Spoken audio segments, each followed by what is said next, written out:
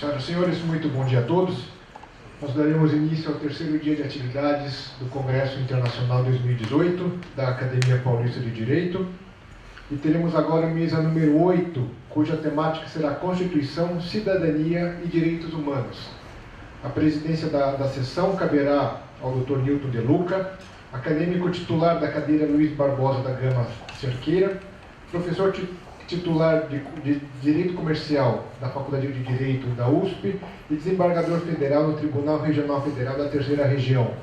Serão palestrantes na presente sessão o Dr. Fauzi Hassan Shukr, professor titular da FACAMP, doutor em Direito Penal da Faculdade de Direito da Universidade de São Paulo e promotor de Justiça do Estado de São Paulo, e também o Dr. Marcos Elídios Michele de Almeida, mestre e doutor em Direito pela Pontifícia Universidade Católica de São Paulo, da qual é professor de Direito Empresarial, e também juiz do Tribunal Regional Eleitoral de São Paulo. Para a coordenação dos trabalhos, o professor Newton De Luca. Bom dia a todos. Agora sejam as minhas palavras iniciais de agradecimento à Academia Paulista de Direito, especialmente em nome do seu presidente, meu estimado amigo e confrade, Alfredo Thier Júnior.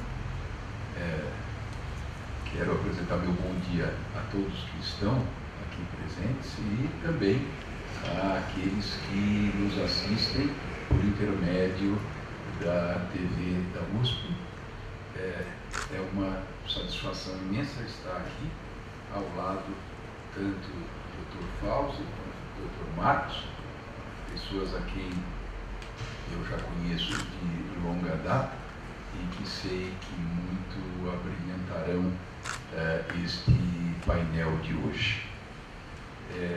Para mim, meu caro presidente Thier, uma enorme satisfação poder estar aqui na manhã de hoje, e é com muita alegria que o faço. Claro que gostaria também de dizer alguma coisa, mas há pouco eu comentava que bom presidente é aquele que não fala e simplesmente passa a palavra para os expositores e controla o tempo deles. Então eu vou tentar seguir exatamente à risca essa recomendação. E vamos começar então pelo Dr. Fauzi, que já foi pelo cerimonialista declinado. Ele é professor titular da FACAMP, doutor em Direito Penal da Faculdade de Direito da Universidade de São Paulo, promotor de Justiça do Estado de São Paulo. Meu caríssimo Dr. Fauzi, somos todo ouvidos.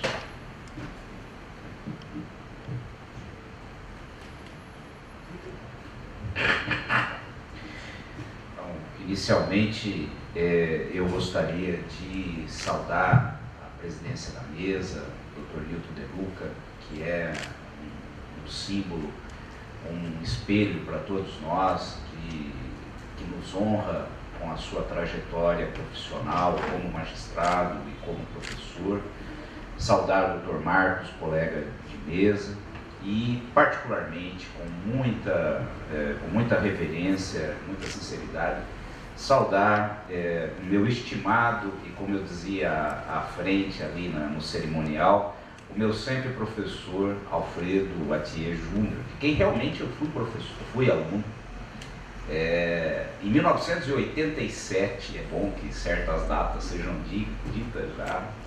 Naquela época, o professor Thier ministrava aula de filosofia do direito para nós, no 4º ano da faculdade, e ali, né, o então mais ainda jovem professor Thier inspirava a todos nós, e isso é uma grande verdade. Inspirava a todos nós com a sua inteligência, com o seu conhecimento, mas sobretudo com a sua amizade e a sua fidalguia. Se há alguma pessoa que durante todo o meu curso de graduação pode ser tido como um exemplo dessas características, ao lado de alguns outros professores que tiveram, e eu cito aqui com muita emoção, o falecido professor José Inácio Botelho de Mesquita, que foi, para a nossa turma em particular, para a turma de 88, que agora completa 30 anos, foi um grande exemplo. O professor Atier foi para os alunos na convivência diária, nos corredores acadêmicos, ao lado do professor Walter Pila Rodrigues. Foi esse símbolo, né? Ficamos muitos anos sem ter um contato mais próximo, mas felizmente as trajetórias profissionais e pessoais puderam nos reaproximar. E eu agradeço imensamente, assim como agradeço agora também a Roberta, quem eu só conhecia pelos contatos de WhatsApp, né?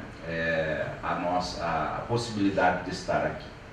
Saúde em particular também, professor José, que está aqui, do Ministério Público. Não compartilhamos o mesmo momento institucional, porque quando eu entrei, o professor José já estava recém-aposentado, mas os trabalhos acadêmicos dele inspiraram durante décadas e inspiram, né, as gerações de promotores, alguns já com algumas décadas como eu, mas também as gerações mais jovens. Então é uma honra conhecê-lo pessoalmente, a quem eu nos bancos acadêmicos tive o prazer de conhecer pelas suas obras. O tema que nos foi sugerido para esta mesa é a construção do Estado a partir do fundamento dos direitos humanos e, por isso, o alcance de uma condição de cidadania. A minha área de formação é o sistema penal, onde eu fiz o meu mestrado e doutorado nesta casa, sob a orientação da professorada Pellegrini Grinovo, a quem postumamente também, uma vez mais, reverencio, que foi uma figura marcante na minha trajetória profissional. E é pelo olhar do sistema penal que eu gostaria de abordar o tema que me foi proposto. Para dizer que nesses 30 anos que nós estamos aqui celebrando a construção formal do Estado de Direito, o nosso sistema penal só pôde ter algum grau de evolução.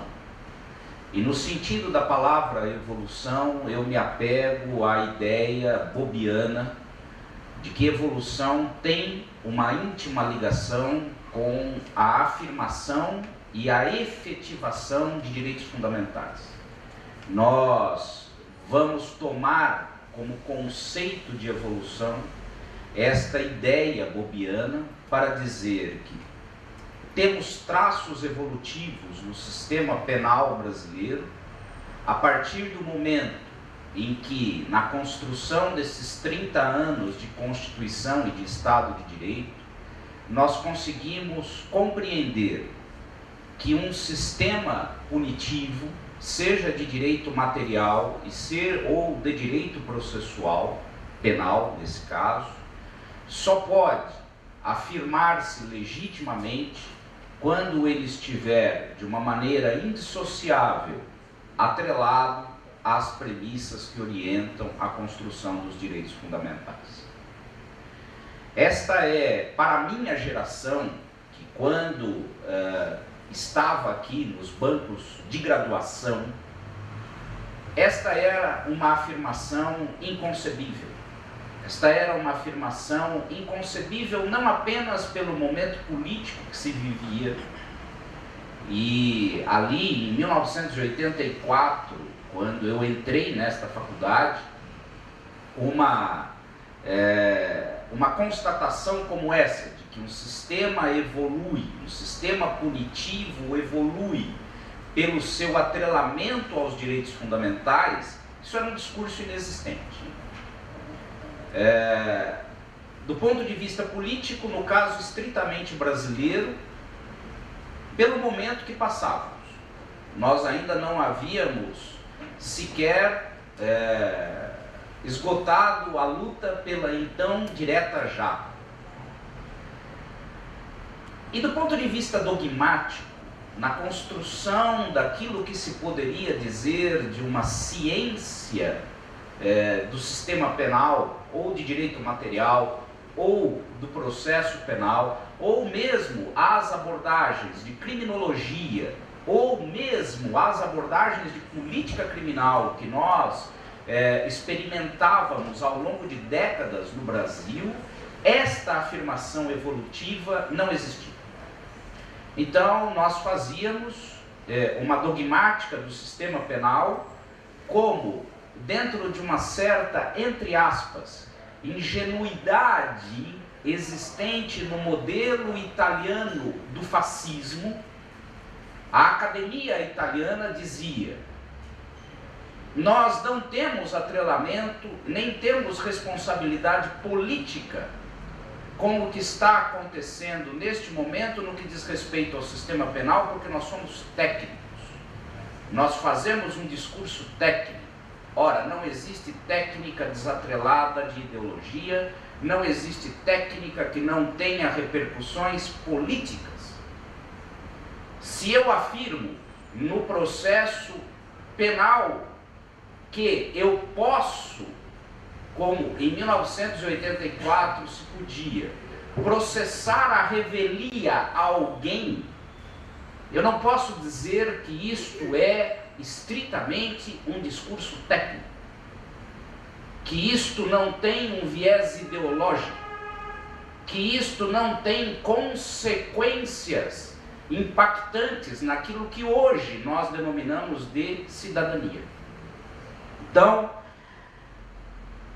naquele momento, naquela quadra histórica, o desatrelamento, que não era um desatrelamento neutro, fazia com que se acreditasse que nós pudéssemos então construir um sistema dogmático, um sistema de saber penal, de sistema penal desatrelado de direitos fundamentais. Ora, a Constituição de 88 entra no nosso cenário político, no nosso cenário social, banhada de expectativas, algumas das quais se mostraram largamente ingênuas ao longo dos anos, no sentido de acreditar que a mera existência de um texto constitucional poderia ser suficiente para afirmar direitos fundamentais, para tornar eficazes esses direitos fundamentais afirmados e para construir, por meio deles, a ponte para uma realidade que Ulisses Guimarães, desde o seu ponto de vista político, clamava por ser uma realidade cidadã. Os anos passaram e nós percebemos claramente que aquilo que um autor muito querido para nós do processo penal latino-americano, que é um professor da Universidade de Buenos Aires chamado Alberto Binder, chama num outro contexto, mas aqui aplicável, a ideia de um fetichismo normativo constitucional se mostrou ao longo dos anos particularmente ingênuo para a construção eficaz e concreta dos direitos fundamentais. Mas a Constituição, quando entrou, exigiu da dogmática do sistema penal uma conversão espiritual no sentido da afirmação dos valores que orientam os direitos fundamentais. Não apenas uma mera conversão normativa do sistema penal rumo a esses direitos fundamentais, mas uma conversão espiritual com a qual eu identifico a formação de uma cultura diferenciada do sistema penal. que não poderia ser mais a mesma que existia até então. E para adensar ainda mais esse cenário, em 1992, em dezembro de 1992, e aí, portanto, nós vamos há 26 anos, agora, salvo engano, o decreto afirmador da Convenção Americana de Direitos Humanos, ou do Pacto de São José da Costa Rica, é de 2 de dezembro de 1992. Se não for de 2 de dezembro, é agora, pertinho. A Convenção Americana traz para o Brasil a materialização de um compromisso político da Constituição, que na verdade só viria a ser completado em 1998, quando o Brasil então assume que um jurisdicionado da Corte Interamericana de Direitos Humanos. Porque em 1992, quando a Convenção entra em vigor entre nós, havia uma reserva à ratificação do pacto, que era naquele momento a não aceitação da subordinação à competência da Corte, algo que deixou o Estado brasileiro meio que num limbo de efetivação de direitos fundamentais do sistema interamericano por quase 6 anos, até que reconhecemos então que somos jurisdicionados da Corte Interamericana. Mas esta estrutura, que a partir de agora eu denomino nessa conversa como Sistema Interamericano de Direitos Humanos,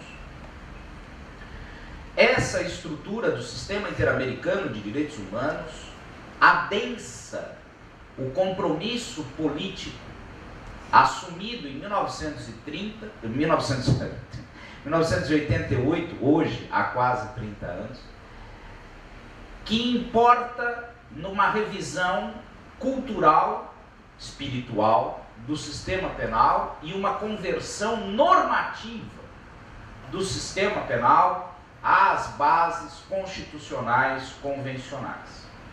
A dizer, portanto, que nós não poderíamos mais conceber um tecido normativo inspirado em outros valores, normativizado em outros valores, e uma cultura que se compreende na produção do ensino do direito do sistema penal e na vivificação desse sistema penal fora desses valores. Ou seja, eu não posso mais conceber uma academia descomprometida no sistema penal com esses fundamentos, e eu não posso mais conceber uma estrutura judicante descomprometida com esses fundamentos. Sobretudo porque, mesmo a partir de 1992 e depois a partir de 1998, o judiciário brasileiro não é mais um judiciário que se restrinja a analisar o sistema normativo penal à luz da Constituição. Não basta o controle de constitucionalidade. Esse judiciário é chamado a exercer, a partir de um determinado momento, o controle de convencionalidade, que é uma tarefa que não é exclusiva do judiciário, porque no sistema interamericano de direitos humanos nós temos hoje, na nossa literatura, uma clara visão de que a convenção não se restringe, o sistema interamericano não se restringe na sua aplicação aos magistrados, mas ele se projeta nas práticas de toda a administração pública em qualquer das suas dimensões. E mesmo daqui para frente, na relação entre particulares em todas as suas dimensões. E o que nós temos nesses 30 anos de história resumidíssima da relação Constituição, direitos fundamentais e cidadania, no que tange ao sistema penal. Se nós olharmos o processo penal brasileiro, que é, por excelência, a minha praia de atuação, nós vemos um cenário que eu diria, para usar uma terminologia bem suave, é um cenário desanimador. Primeiro, porque nós vivemos ainda sob a égide de uma estrutura no seu núcleo. E aqui a gente não vai ter lá tempo para desenvolver isso, mas se alguém desejar, no futuro podemos entrar em contato por redes sociais ou alguma outra forma. No seu núcleo, que compreende como eixo fundamental de instrumento de permanência o campo das nulidades. Onde é que você mantém, como é que você mantém numa estrutura operacional o velho diante do novo? Pela estrutura das nulidades. Porque pela estrutura das nulidades eu faço aquilo que se pode denominar de uma interpretação retrospectiva, e eu olho para o futuro com a ótica do passado. Querem um exemplo disso? Artigo 212 do Código de Processo Penal, que na reforma de 2008, que é, para mim é uma reforma, para vocês é a legislação desde sempre, tá? Que na reforma de 2008 dizem os artífices da reforma que seria um núcleo do novo processo penal, porque diminuiria o papel instrutório do juiz para dar-lhe uma carga residual e, com isso, superar-se um dos pilares da inquisitividade rumo à acusatoriedade. Como o artigo 212 é lido pela teoria das nulidades? Da mesma forma que era em 1942. Ou seja, o juiz pode protagonizar a audiência, e isso causa algum problema? Nenhum. De sorte que um operador do direito, como eu, que comecei a trabalhar com o sistema penal em 1985, posso me comportar em 2018 numa sala de audiências da mesma maneira que eu me comportava em 2005. Onde está a permanência do velho diante do novo? Justificada, legitimada pelo sistema de nulidades. Eu digo, aquilo não, o novo, atuar o velho na nova estrutura não é nulidade. Então o que eu faço? Eu volto ao modelo de 1942 em 2018. Por isso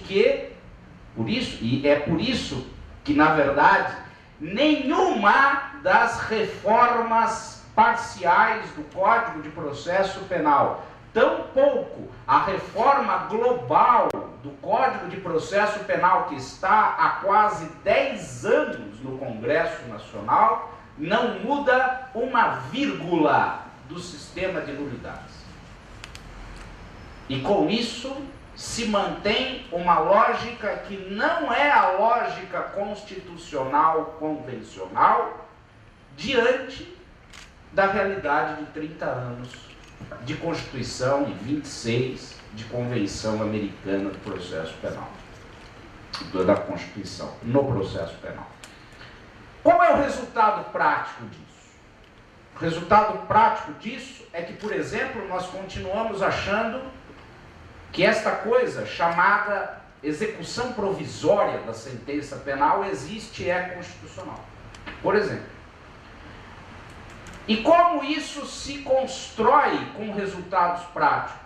Se vocês pegarem entre presos nominalmente cautelares e presos sem condenação definitiva e que deveriam ser tratados como presos cautelares, mas que são nominalmente rotulados de presos em execução provisória, e eu sou promotor das execuções hoje em São Paulo, você tem uma população carcerária de quase 60% dos presos no Brasil sem condenação definitiva. E mais, onde é que isso também repercute? Na própria forma de compreensão do que é o modelo cautelar. Na própria forma de identificar tecnicamente, culturalmente, que o sistema penal baseado em direitos fundamentais não pode ter uma lógica cautelar na qual a cautelar funcione como antecipação de pena, que é o que acontece muitas vezes. No caso brasileiro, inclusive, otimizada esta lógica por um mecanismo que é muito singular entre nós e que nós aprendemos a conviver como se ele fosse um mecanismo natural de um sistema penal no Estado de Direito, quando ele não é, que é o mecanismo das liminares.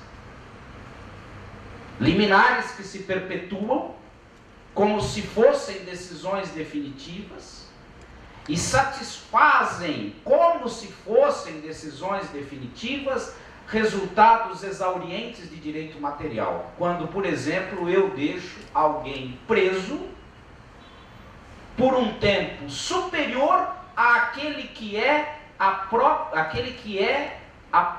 condenação de direito material. Tudo isso tem a ver com um cenário de permanência inquisitiva que não foi superado pela estrutura constitucional convencional. Então, se eu olho o tema da palestra, Constituição, Direitos Fundamentais e Cidadania, se eu olho esse tema projetado para o sistema processual penal brasileiro, lamento, há muito pouco que comemorar. E eu estou dando situações muito pontuais e fragmentadas, porque é óbvio, isso aqui é um encontro rápido. Mas se nós pegarmos outros temas, como, por exemplo, a estrutura da investigação criminal no Brasil, se eu pegarmos o tema relacionamento, tempo e processo, nós veremos que sob qualquer desses aspectos, o tema da nulidade, que foi provocativamente aqui colocado, porque é um olhar que raramente se tem, o papel das nulidades dentro, como reafirmador da manutenção do velho perante o novo, sobre qualquer desses aspectos, esses 30 anos para o sistema penal são 30 anos de pouca evolução, no sentido bobiano que foi empregado no começo da conversa. E mais, eu não sei quanto tempo eu tenho, professor, mas sim, então é o que basta para a gente encerrar. E mais, o pouco que evoluímos no sentido bobiano dentro do sistema penal veio por pressões do sistema interamericano dentro do ordenamento brasileiro. Foi por isso que logo no comecinho da conversa eu comecei com o tema da revelia. Aquilo que para vocês há décadas é novo, para mim também foi uma reforma, a reforma do artigo 366, mas não a reforma de 2008, a reforma de 1996, que impediu o julgamento à revelia, só aconteceu por força do sistema interamericano.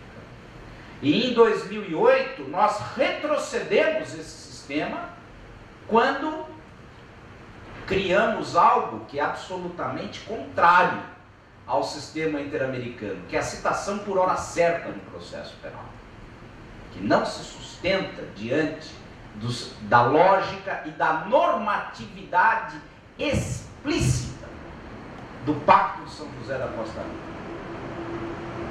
As questões de violência de gênero, com a Lei Maria da Penha, que por sinal não é uma lei exclusiva do Brasil, mas é fruto de um modelo legislativo internacional, também só entra por pressões, nesse caso, de um sistema mais globalizado, mas graças a uma censura do sistema interamericano dentro do ordenamento brasileiro. A única coisa que nós não conseguimos levar adiante de uma maneira sistêmica foi a condenação do Brasil, no caso Gomes Lund, que é a condenação do Brasil pela prática dos atos que foram conhecidos como Guerrilha do Araguaia, em que fomos condenados a processar e julgar, o que implica em dizer, reconhecer uma realidade de violência do regime anterior, e que, salvo pontuais atuações do Ministério Público Federal, e aqui isso não tem nada a ver com, esta afirmação não tem nada a ver com a minha condição de integrante do Ministério Público Estadual, mas foi o Ministério, e é ainda o Ministério Público Federal, a única instituição a tentar vivificar os frutos daquela condenação da Guerrilha do Araguaia. Fora estes cenários, estes casos, melhor dizendo, o cenário brasileiro é ainda um cenário extremamente refratário ao próprio reconhecimento da existência de uma ordem constitucional e supraconstitucional que envolva direitos fundamentais e construa a cidadania. E para encerrar nesse momento, não sei se haverá perguntas depois ou não, isso vale também para as vítimas, né? Que no sistema interamericano de direitos humanos, quando se olha hoje a atuação do sistema penal, também são detentoras do direito a terem a prestação jurisdicional penal exercida. Não se trata daquela ideia antiga da vítima vingativa que vai atrás da reparação financeira. Isso tudo é um discurso que ficou para trás nesse cenário que eu estou dizendo há muito tempo. Quando o sistema interamericano hoje fala que a vítima tem o direito a ver a prestação jurisdicional exercida, está se falando de um outro contexto. E quando vocês olham as estatísticas do ENASP, que é a Estratégia Nacional de Segurança Pública, que vocês podem consultar no site do CNMP ou do CNJ, e vem o resultado de denegação substancial de justiça penal nas ocorrências de homicídio no país. Quando o ENASP começou a trabalhar em 2010, nós tínhamos cerca de 147 mil investigações de homicídio sem conclusão no Brasil. Também por esta ótica, também por ela, que é a ótica de vítimas, de seus sucessores, daqueles que querem saber o que aconteceu com os seus, há a negação de uma estrutura constitucional convencional, fundada em direitos fundamentais e que ajuda a construir a cidadania. Eu gostaria de poder ter tido um discurso um pouco mais otimista, né? Mas como diz aquela clássica música disparada, né? Se você não concordar, não posso me desculpar, eu não vim para enganar. Vou pegar minha viola e vou tocar em outro lugar, mas esse por enquanto é o meu lugar. Muito obrigado pela compreensão.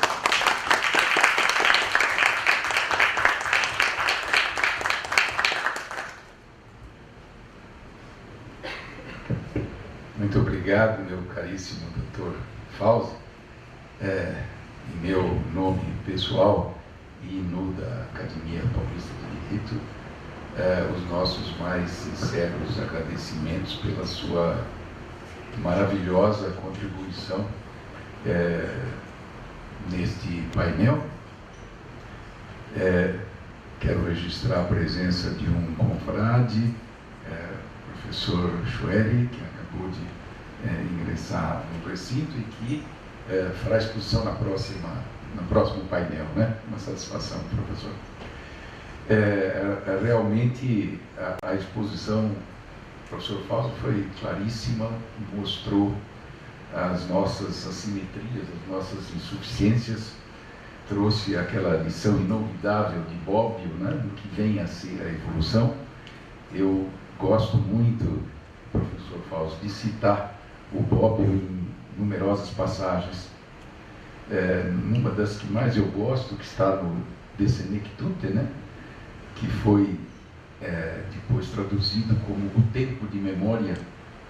Quando eu li pela primeira vez o livro, não havia tradução, eu tive que ler no original italiano, mas nunca mais me esqueci de uma passagem que sempre gosto de citar aos meus alunos, e percebi que o seu amor pelo Bobbio é grande, e o meu também é.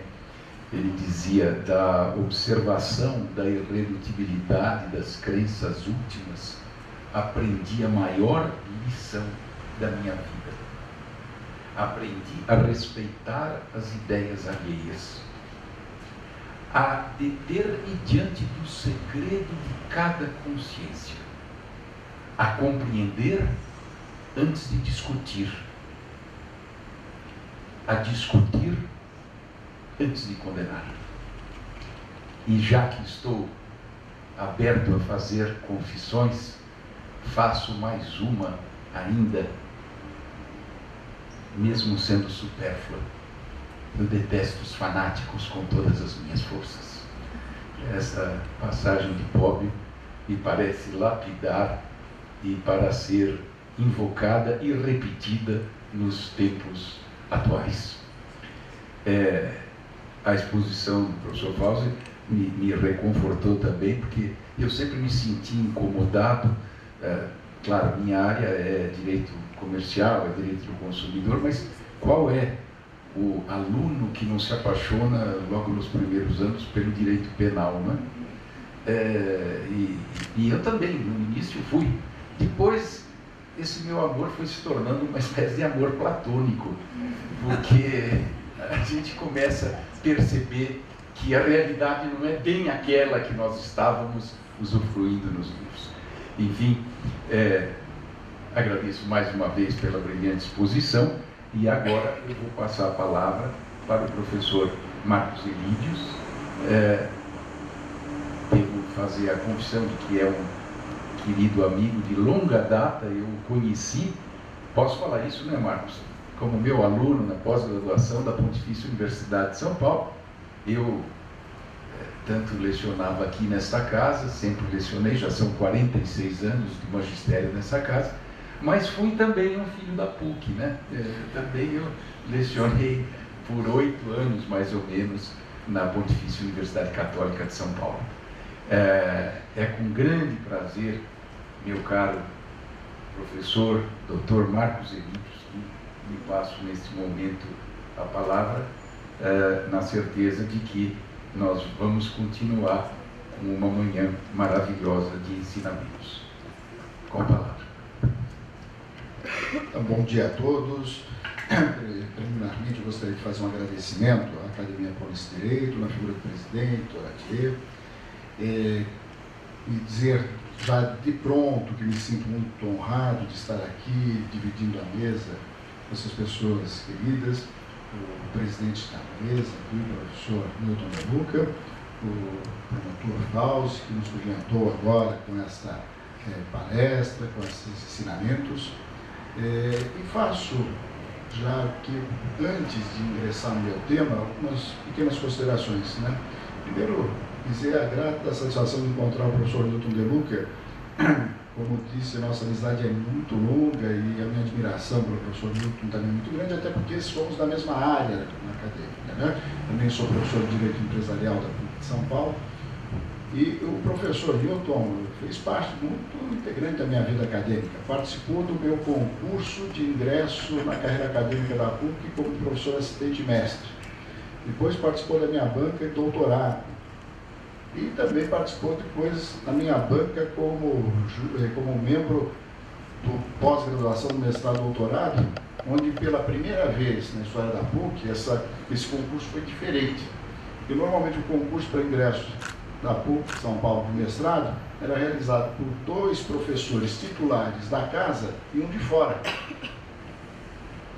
Quando eu fui prestar o concurso, houve uma mudança no estatuto, que, diga-se, durou 3 meses. Os 3 meses onde eu participei, onde estabeleceu-se que seriam 2 professores titulares de fora e um da casa. E aí, eu falei, poxa vida, nos 3 meses que durou, foi exatamente quando eu prestei o concurso. E aí participaram do concurso o professor Newton De Luca, a professora Paula Fajoni, desta casa, e o professor Fábio Lior, como titular representando a PUC de São Paulo. Então, vejam que o professor Newton é responsável, né, por eu estar aqui, por bem e por mal, né, professor Newton, né? Então, muito bem. Mas agora entrando propriamente no meu tema, conversando com o professor Atier, nós, por sugestão dele, falaram um pouquinho sobre a questão da justiça eleitoral, a Constituição Federal, e eu quis até entrar um pouquinho mais, como a gente vai ver no decorrer da conversa, falar um pouquinho sobre essa interligação da justiça eleitoral à Constituição como sendo um reflexo, portanto, do Estado democrático e, por via de consequência, de assegurar os direitos humanos. E eu me sinto, nesse momento, muito feliz e, ao contrário um pouco do professor Fausto, mais otimista, vamos dizer assim. Não otimista pelos dias de hoje, não otimistas pelo que virá, mas otimistas pelo que nós acabamos de passar, no sentido de verificar que a justiça eleitoral conseguiu, e fazendo parte dela nesse momento, conseguiu atender às expectativas da nação. E por que eu digo isso? Porque a gente às vezes só olha o resultado das eleições, né? Mas, independente do resultado das eleições, é importante que se olhe todo o momento que antecedeu a questão desses resultados, no que diz respeito à participação popular na escolha, boa ou não, certa ou errada, mas a escolha feita pela população, feita pelo cidadão, e como isso se deu dentro de um reflexo de uma das maiores democracias do mundo. Podemos dizer que nossa democracia tem sim, e tem, não há dúvida, grandes, vamos dizer assim, peculiaridades negativas, é verdade. Alguns dizem que nós não temos uma democracia real em razão das grandes discrepâncias sociais, econômicas, é verdade. Mas também não podemos deixar de ver que temos uma democracia sim participativa, que sim, hoje nós, população do país, elege os seus governantes em todos os níveis, coisa que num passado não tão longe nesse país não ocorria. Então temos sim que olhar também de forma positiva para alguns momentos que estamos vivenciando. E aqui voltando, né, não falando de Bob, mas agora falar um pouquinho de Cícero, aquele que esquece o passado comete os mesmos erros no futuro, né? Está afadado, que nem dizia Cícero, né, a cometer os mesmos erros no futuro. Então vejam, no nosso passado nós passamos aí, como disse, não tão distante, com problemas sérios de não poder, na nossa então fragilíssima democracia, eleger de forma direta os principais representantes, e hoje conseguimos. Nessas últimas eleições que tive a oportunidade de participar de forma muito ativa, só para título de ilustração, nós tivemos no Brasil, aptos a votar, 143 milhões de eleitores. Só no estado de São Paulo, aptos a votarem, 33 milhões de eleitores. As eleições aqui no estado de São Paulo, vamos falar um pouquinho rapidamente sobre elas, nós tivemos a participação, vejam só os números que eu vou falar agora, daqueles que estiveram de forma, eu não diria voluntária, né, porque a Justiça Eleitoral convoca, mas é uma convocação quase que voluntária para exercer a cidadania no que diz respeito a participar do processo eleitoral como mesário. E por que eu falo que é uma convocação quase que voluntária? Porque qual é a penalidade de não participar como mesário? Pagar uma multa. O valor das multas na Justiça Eleitoral são irrisórias. Então, quer dizer, é muito mais fácil para aquele simplesmente recusar-se, né, e lá pagar aquela multa posteriormente. Mas não. O índice de falta e recusa para o exercício do trabalho como mesário após a convocação pela Justiça Federal não chega a 10%. Nós tivemos, olha o número, 500 mil pessoas envolvidas na eleição de São Paulo, entre mesários, presidentes de mesas, funcionários públicos trabalhando nas eleições. 500 mil pessoas, 500 mil de pessoas no processo eleitoral. No segundo turno, eu estava no plantão do tribunal, acompanhando as eleições, junto com o comando da Polícia Militar, preocupado, né, com os ânimos acerbados dos eleitores, o que poderia ocorrer no segundo turno. Nós tivemos em todo o estado de São Paulo, com essa quantidade de pessoas eleitores transitando para a votação, apenas 14 ocorrências envolvendo a questão eleitoral, e todas de menor gravidade. As duas maiores foram 2 eleitores exacerbados que entraram e resolveram quebrar a urna, né, no meio da eleição, lá e pegar a urna e jogar no chão, e um outro que resolveu grudar um adesivo, né, na própria urna, impedindo que outros votassem com o nome do seu candidato, né. Então veja, para uma quantidade de pessoas envolvidas, para uma quantidade de eleitores, você ter 14 incidentes em todo o estado de São Paulo, isso vem a ser um sinal de otimismo para nós que estamos dentro de toda essa participação. Então, no que diz respeito à questão da justiça eleitoral, no que diz respeito à finalização das eleições, há, no meu ver, algo de se comemorar, de como as eleições ocorreram, não só na eleição, em que muitas vezes a gente fica só com a eleição presidencial na cabeça, né? Mas nós elegemos aqui no estado de São Paulo 70 deputados federais, 92 estaduais, 2 senadores, o governador e os seus respectivos suplentes.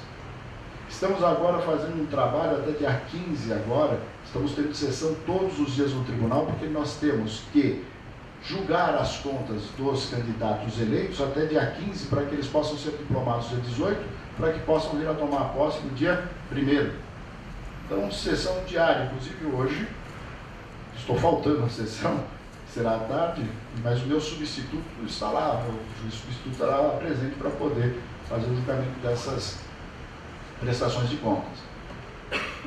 Não significa que um candidato que tenha as suas prestações de contas rejeitadas não poderá tomar posse, poderá até tomar posse, mas poderá ele já tomar posse com as contas rejeitadas e, portanto, a possibilidade do Ministério Público venha a ingressar com uma ação de investigação judicial em face da rejeição de contas, que poderá ou não ser procedente dependendo do caso. Então, por isso que as contas têm que ser julgadas dos candidatos que tomaram posse agora, no dia que tomaram posse no dia 1º, que serão diplomados no dia 18 agora desse mês. Muito bem, senhores. Aqui eu gostaria de apresentar, nesse primeiro momento, até ser um pouco, vamos dizer assim, como eu diria, pedir desculpas por algumas obviedades que a gente vai estar apresentando, mas importante aqui falar um pouquinho sobre a estrutura, né, da Justiça Eleitoral frente à Constituição. Probleminha técnico.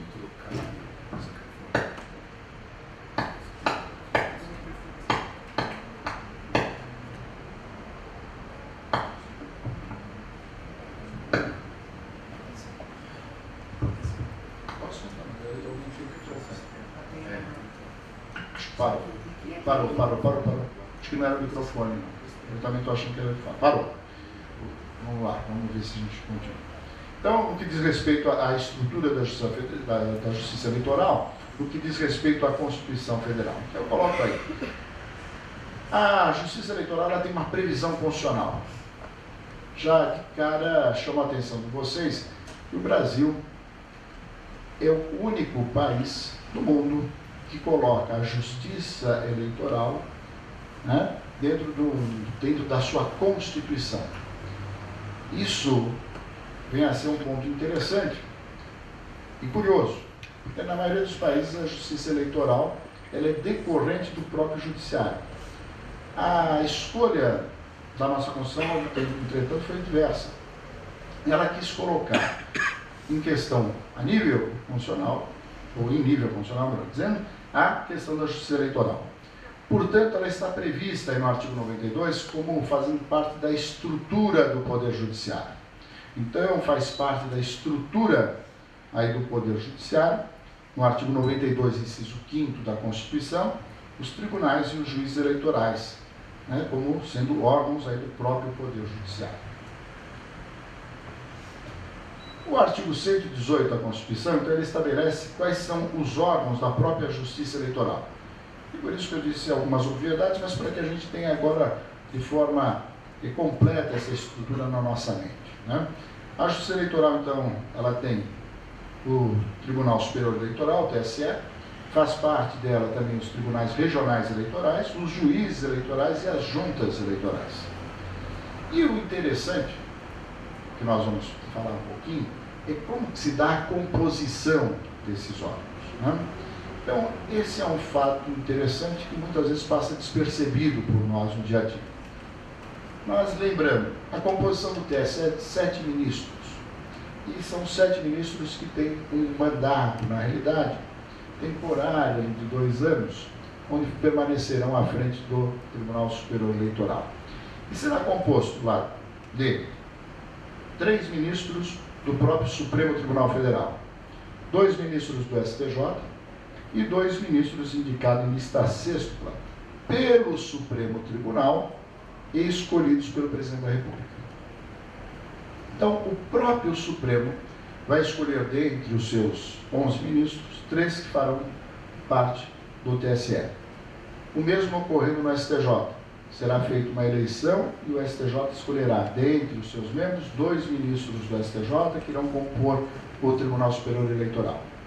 E haverá indicação de 2 ministros indicados em lista sextupla pelo Supremo. Esses 2 ministros são chamados ministros não advogados, não tem nada a ver aqui com o 5º constitucional. São, na realidade, os ministros juristas, porque aqui não diz respeito a algumas pessoas que vão falar assim, então eles vêm pelo 5º, esses 2 ministros. Não, aqui não é um instituto constitucional do 5º constitucional. Na realidade, é uma escolha de juristas, e por isso que não há uma interferência na escolha desses membros da Ordem dos Advogados do Brasil. Não é a ordem que vai fazer essa lista, mas quem faz essa lista é o próprio Judiciário pelo Supremo Tribunal Federal. E dessa lista elaborada pelo Supremo Tribunal Federal, é que aí sim caberá ao Presidente da República, dentre os 6 indicados nessa lista, a escolha de um para a vaga de ministro, chamado ministro jurista. Então teremos 2 ministros juristas no TSE. Da mesma forma, os estados, eles também têm na sua estrutura a figura dos tribunais regionais federais, eleitorais, os tribunais regionais eleitorais.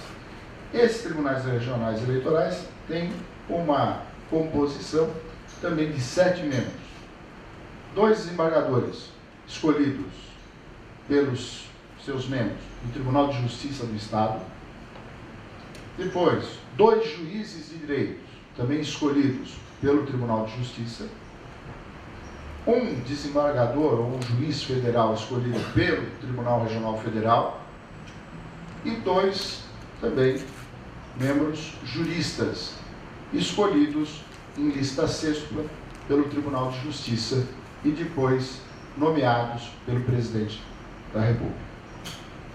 Então, nós temos essa estrutura, tanto no Tribunal Superior Eleitoral, como no Tribunal Regional Eleitoral. Sempre em todas as situações, todos esses membros das Cortes terão um mandato de 2 anos, permitida uma recondução naquela classe que ele está. Então, ele poderá ficar, no máximo, como juiz titular, 4 anos.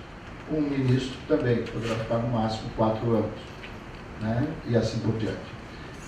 O objetivo é justamente fazer com que o Tribunal Eleitoral ele não tenha uma continuidade, mas sim uma rotatividade, para que não haja um comprometimento efetivo da Corte com as forças eleitorais, com as forças que assumem o governo. Então, esses tribunais eleitorais, eles têm essa rotatividade, né? Muito bem. E o que cabe à Justiça Eleitoral? Eu coloco aí, olha, cabe à Justiça Eleitoral, portanto, e a cada um de seus membros, dar respostas justas, serenas e rápidas à sociedade, com o objetivo de fazer valer o voto de cada cidadão e assim ver respeitado o comando constitucional. Vejam que aqui há uma peculiaridade completamente distinta do que foi dito há pouco pelo Dr. Fauzi. É a questão da rapidez, da agilidade. A Justiça Federal, ela é extremamente rápida e eficaz. Todos os prazos da Justiça Eleitoral são extremamente rápidos, contados às vezes até em horas. Por quê? Porque nós estamos comandando um processo eleitoral onde a cada dia desse processo tem que se tomar medidas efetivas e rápidas para que o processo em si tenha a sua normalidade, principalmente naquele período efetivo do que nós chamamos do período de propaganda eleitoral. No período de propaganda eleitoral, se a resposta do Judiciário, no caso da Justiça Eleitoral, não for extremamente célere, ela deixa de ter razão de existir.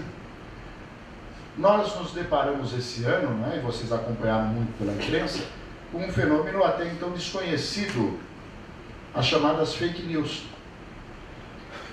Imaginem se uma fake news colocada hoje, com a agilidade que existe nos meios de comunicação, principalmente na mídia social, se houvesse uma demora para que aquilo fosse restabelecido, a verdade retirada do ar. O estrago que já ocorre no momento em que a fake news é colocada no ar, e esse estrago já existe, não há o que se falar, mas se a demora for grande, então, o estrago é completamente irreversível. O estrago já é feito, porque nunca a retirada do ar, ou até mesmo o que nós temos na Justiça Eleitoral, o chamado direito de resposta, atinge o mesmo número daqueles que foram atingidos com aquela fake news, com aquela situação irregular. Portanto, o prejuízo vai existir, só que ele tem que ser minimizado ao máximo. Eu me lembro de uma situação dessas últimas eleições que nós julgamos, onde foi colocada, e aí é uma só entre tantas, mas uma fake news, onde por acaso eu ouvi, estava indo para o tribunal, rádio ligado, e propaganda eleitoral. Eu ouvi a propaganda e fiquei assim, curioso, né? Falei, nossa, imaginei que isso tivesse ocorrido, era envolvendo um dos candidatos ao governo do estado de São Paulo, onde dizia lá que o filho desse candidato teria recebido uma quantia significativa do governo federal. Eu falei, nossa, mas que coisa, não imaginava que o filho desse candidato poderia estar envolvido nessa situação. 2 dias depois, nós já estávamos julgando essa questão no tribunal, no pleno. Por quê? Porque o filho do candidato não tinha recebido essa quantia do governo federal. O que esse filho desse candidato tinha feito? Ele tinha participado de um projeto cultural, onde ele havia solicitado a utilização da Lei Rouanet, e por força dessa solicitação, o governo federal havia dado uma autorização para que ele buscasse, junto à iniciativa privada, um investimento de até uma quantia de 2 milhões de reais, com base nos incentivos da Lei Rouanet. Portanto, a mentira era completa, a notícia era completamente falsa, não houve dinheiro nenhum do governo federal. Houve um projeto da Lei Rouanet onde autorizava o tal filho do candidato a buscar patrocínio privado de até 2 milhões de reais, se valendo de benefícios da Lei Rouanet. Então veja a diferença, né? Agora, nós imediatamente tiramos do ar e demos direito de resposta. Agora veja uma coisa, eu ouvi por coincidência a primeira notícia, mas não consegui ouvir o direito de resposta. Até querendo, para ver como é que seria o direito de resposta. Não consegui. Fui ouvir depois no tribunal. Por quê? Porque aí esse mesmo direito de resposta depois foi questionado pelo próprio outro candidato, dizendo que ele havia exorbitado o direito de resposta. Ele teria ido além de apenas responder aquela pura verdade, mas teria também feito um ataque daquele outro candidato, né? Tudo isso para mostrar por que a Justiça Eleitoral tem que ter um procedimento muito mais célere, né? Onde nós estamos cansados de ouvir lá alguns advogados dizendo: ah, mas aí está se banindo o contraditório, o direito de defesa. Não, está se fazendo apenas porque esse contraditório de direito de defesa seja extremamente o quê? Célere. Questão de horas. Ou justifica porque foi isso, ou demonstra se ele te pegou o dinheiro ou não pegou, porque senão vai sair do ar. Então tem que haver essa situação extremamente objetiva, né, na Justiça Eleitoral. E eu dizia aqui ao final, para haver respeitado o comando constitucional. Qual comando constitucional? Este comando constitucional, do artigo 1º, parágrafo único da Constituição. Veja que o comando constitucional envolvendo a situação está inserido no 1º artigo da Constituição, em seu parágrafo único, onde determina que todo o poder emana do povo, que o exerce por meio de representantes, ou diretamente, nos termos da Constituição. Ou seja, para que se possa fazer, para que se possa ver respeitado o comando constitucional, é necessário que exista um processo eleitoral, uma lisura, uma honestidade, e que seja conduzido desta forma, de forma rápida e justa. O direito constitucional ao voto, diz a Constituição, ele deve ser pleno, garantido ao eleitor lisura no pleito e soberania popular, nos termos, mais um dispositivo da Constituição que faz referência à questão do direito de voto, o artigo 14 da Constituição. A soberania popular será exercida pelo sufrágio universal e pelo voto direto e secreto, com valor igual para todos. Nesse momento, portanto, no momento da eleição, o que o texto constitucional quis deixar claro? O direito de igualdade dos eleitores. Ou seja, cada eleitor um voto. Não há nenhuma situação de voto preferencial, como nós vimos no nosso direito comercial, não é, Sr. Newton? Não existe direito preferencial, um voto, não existe uma golden share que pode depois estabelecer um direito aí de veto, por exemplo, né? Ou seja, soberania popular no direito de voto. A Justiça Eleitoral, portanto, do país, ela tem que estar a todo momento alerta para manter essa igualdade de condições nos pleitos, afastando de pronto qualquer fraude, abuso político ou econômico que possa macular o pleito eleitoral. E aqui chamo a atenção de vocês em duas situações que a Justiça Eleitoral tem que sempre estar atenta: o chamado abuso de poder político e abuso de poder econômico. Essas duas situações são capazes de comprometer um pleito eleitoral. O abuso de poder político é quando aquele que está exercendo, que está disputando o cargo, principalmente de reeleição, se vale desse poder que tem do cargo que ainda ocupa para se beneficiar na eleição. Então eu, enquanto candidato a prefeito de uma pequena cidade, candidato à reeleição, me vale exatamente do meu cargo para promover uma série do quê? De inaugurações de obras públicas, justamente no período que antecede a eleição. Não posso fazer isso. É proibido, é abuso de poder político, porque eu estou utilizando justamente a estrutura que está à minha disposição, política da prefeitura, em benefício próprio. Por isso que é proibida qualquer inauguração nos meses que antecedem o pleito dentro daquele período eleitoral.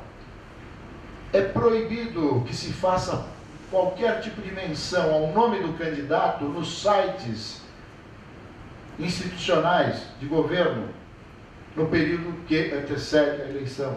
É proibido que haja qualquer placa fazendo menção ao governo que representa aquele candidato em obras públicas, porque tudo isso caracteriza o chamado abuso de poder político.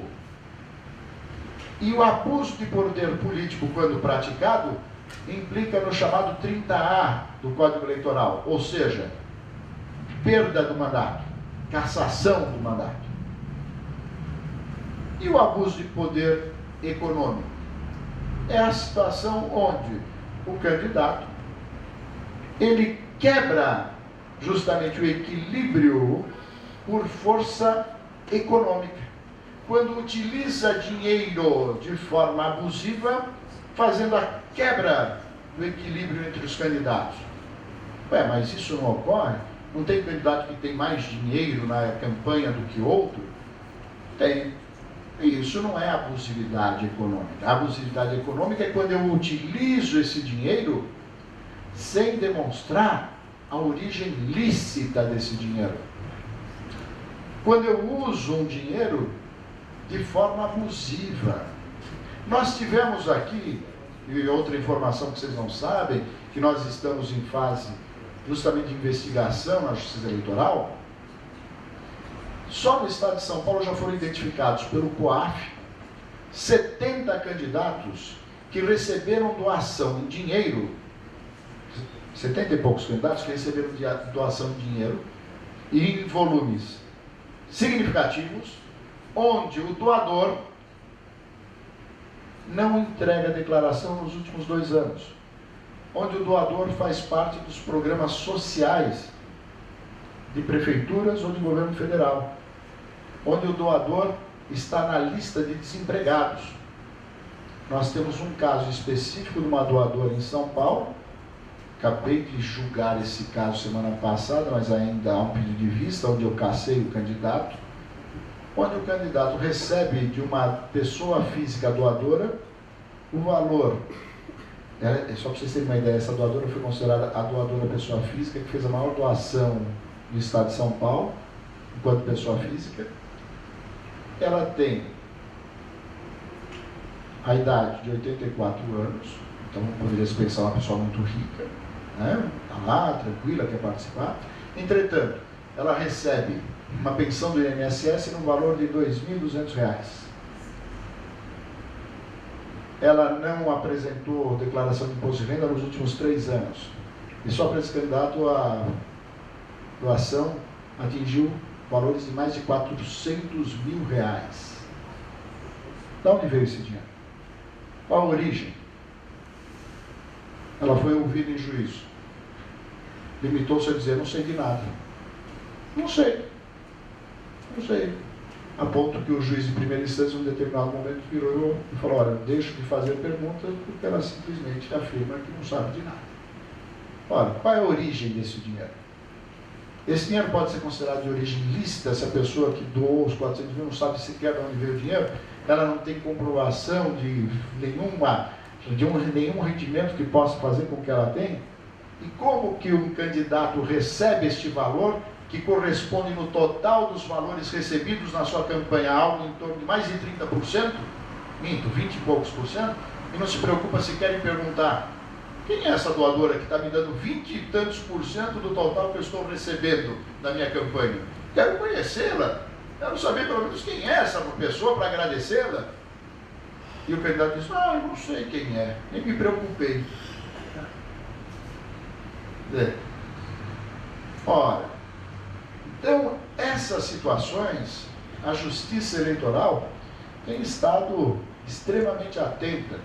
E hoje, com outros órgãos, né, e junto com, em colaboração com a Justiça Eleitoral, como dizia há pouco, o próprio COAF, o Ministério Público Eleitoral, o próprio Ministério Público Federal, a Justiça Eleitoral dentro da Justiça Federal, né? Então, nós temos aí um grande, vamos dizer assim, participação e uma fiscalização grande.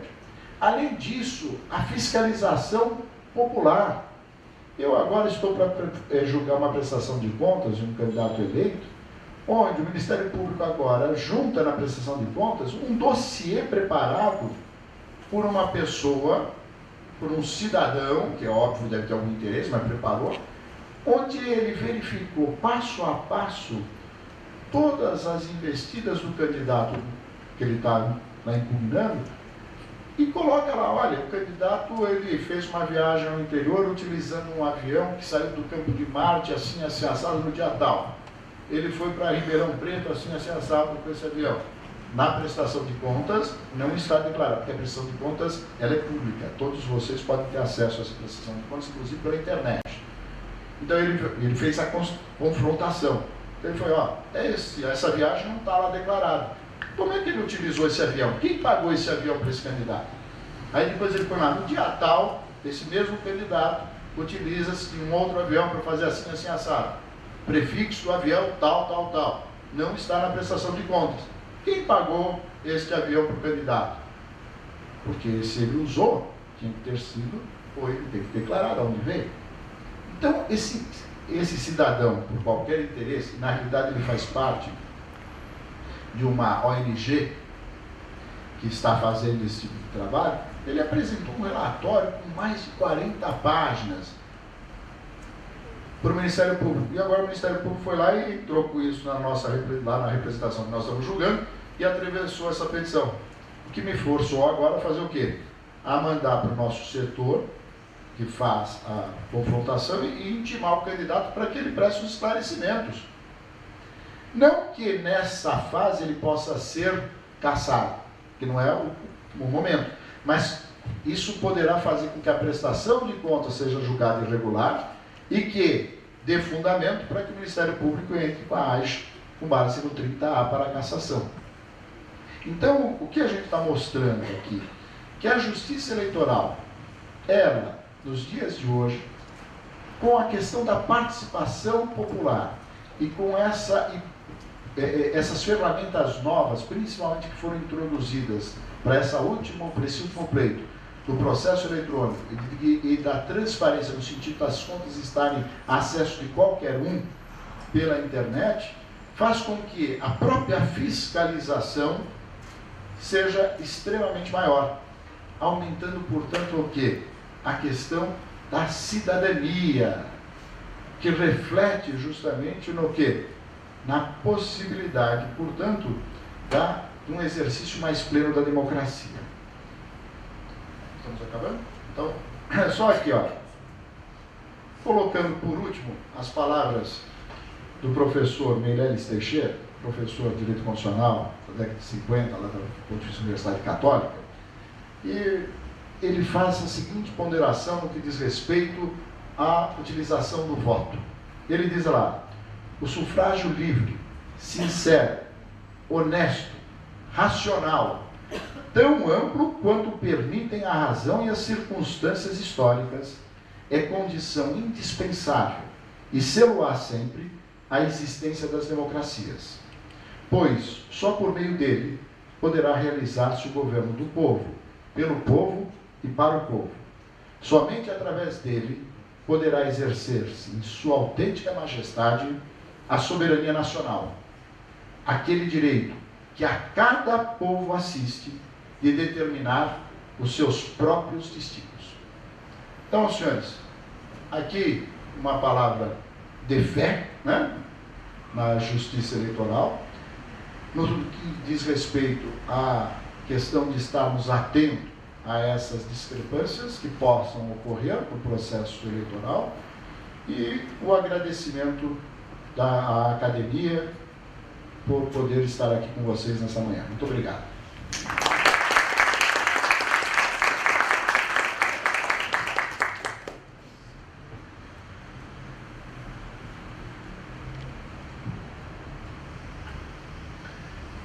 Bem, quero também registrar a presença do eminente professor Heleno Torres, que fará parte do segundo painel, já se encontra presente. Eu sei que seria muito agradável abrir as perguntas, né? Mas nós estamos com o tempo bastante em cima da hora. Portanto, eu simplesmente vou, da mesma forma com que fiz em relação ao professor Fausto, agradecer ao professor Marcos Elídios pela sua brilhante exposição e que traz um lado reconfortante no que se refere ao direito eleitoral brasileiro e a marcha para o Estado democrático de direito que está preconizado na nossa Constituição da República, não? Eu anuncio que vamos fazer um breve intervalo, coisa de poucos minutos, não é, presidente? Diretamente? Sem intervalo nenhum? Então também em função do adiantado na hora, vamos ter que suprimir o intervalo também. Me desculpe. Vamos passar imediatamente para a próxima mesa.